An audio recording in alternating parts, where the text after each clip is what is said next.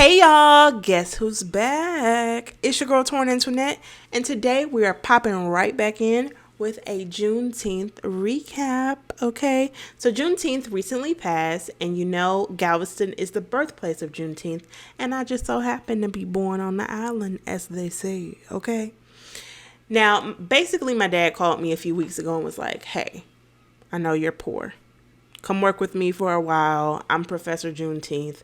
I have a lot coming up. I could use an administrative assistant and someone to fill in these event requests when I can't make them.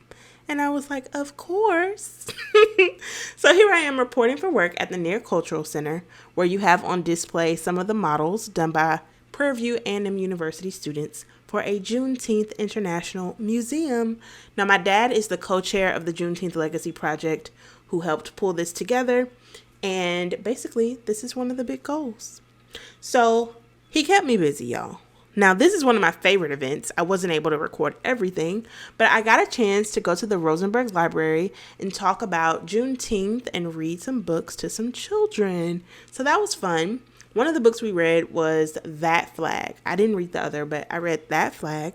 And you guys, it was so good. I went to Amazon, had to order it for my little cousin. Okay.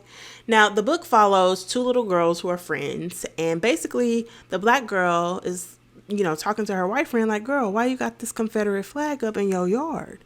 And it goes through, the different narratives they're taught and what the flag actually means and, how they reconcile their relationship, their friendship. So, next thing we did with the kids was we took them to the Blank Slate Monument, which is on display in Galveston until July 5th if you're in the area. And it is done by Kwame Akoto Bamfo. I hope I said that right. Forgive me if I didn't. And it basically is, really combating all of the Confederate monuments that we have. And it is very moving, lots of intricate pieces. After the kids went to the monument, we walked right over to the Ashton Villa. They were all within a block of each other, where we have Mr. Al Edwards. Al Edwards is the person who campaigned in 1979 for Juneteenth to be a state holiday. Come on, camera person. And that would be me. Get it together. And that's Al Edwards. He's also pictured on the Absolute Equality mural. Now, while we were at the property at Ashton Villa, the librarian, Karen, she mentioned that there was a whole Juneteenth exhibit. And y'all saw the sign. It said, "And Still We Rise." So I was like, oh my goodness, let's go inside and check it out. I've never seen this before.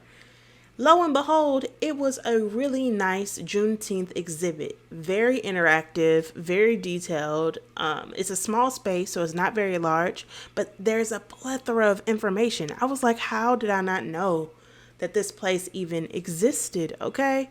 And then this is part of the interactive piece. They have a timeline when you walk in, and you can go and see, scroll down and just see different moments in history regarding Juneteenth, regarding slavery, the villa, some Texas history as it relates to, slavery and Juneteenth.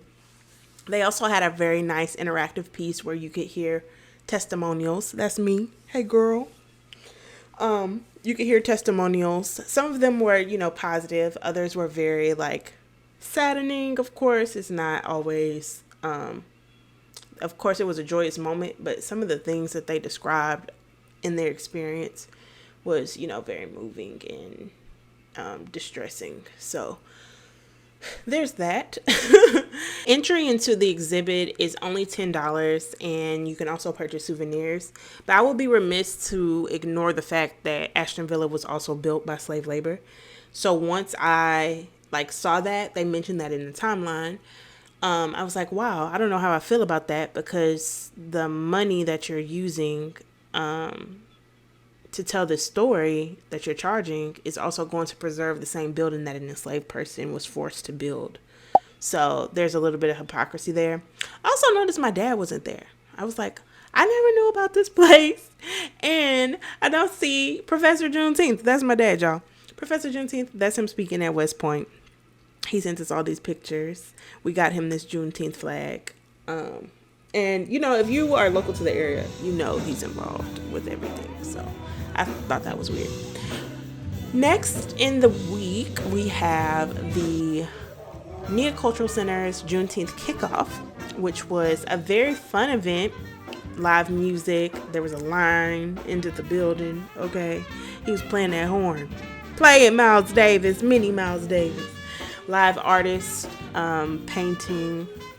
That's a chessboard. I can't recall the name. I wish I interviewed her. I should have. This was the same day too. I was beat this day because this is the same day I spoke with Kai Wright over at Notes from America. Definitely go check your girl out. I took him on the Freedom Walk tour, which anyone can do. I'll leave these links in the description below, where we retrace the steps that Union soldiers, took when they delivered the message of freedom on Juneteenth. So this is a very interactive tour. You can do it self-guided. And it's an incredible little part of history. There's my dad again. He's everywhere with Juneteenth. Oh my goodness. So yeah, I'll leave the links below. 5 stops if you can brave the Texas heat. If not, just stay in your car, roll around, and see all the stops. Next, we have the Emancipation Celebration. Now, my dad was being honored, but if I'm being honest, this was at the Grand Opera House, which I hadn't been to in a while. I was there for Smokey Norfolk. I love you, Dad. He's going to see this probably. I love you. You were being honored. I'm going to include that. But I was really there for Smokey, y'all, and he killed it. Okay, first time seeing him, he did a wonderful job, sang all my favorite songs. I was concerned that he wouldn't, but it was great. And it was also good to see my dad with Miss Sue Johnson of the Nia Cultural Center. So, yeah, they look so nice. And then the last thing, kind of big thing that I did with my best friend was I ventured off to Houston at the Post, one of my favorite places where I do yoga. If you follow me, I've been there before. Did a little shopping, went to their Juneteenth exhibit on the 2nd floor. Here I am with my necklace. Yes, your girl is cute. It's giving cleavage. It's giving cleavage. And yes, she's cute. I also bought some peppermint, some fresh peppermint to put in my garden, which has been neglected. Some spices. Y'all, I made curry with this. I bought the curry spice and the red one. I can't remember the name. I'm going to leave all the links to all of these Black-owned businesses as well if you want to shop there. I also bought some vegan soap and this little cute Juneteenth bag, okay? Resilient Grace. She did a great job. And then the last thing we did was grab some food, some African food at Chopped. And I got the Motherland, which was a vegan curry, and then I added shrimp because your girl is pescatarian, okay? And I was hungry. And then that concluded that's my mom yelling my name. That concluded my Juneteenth festivities. She's yelling again. See you next time.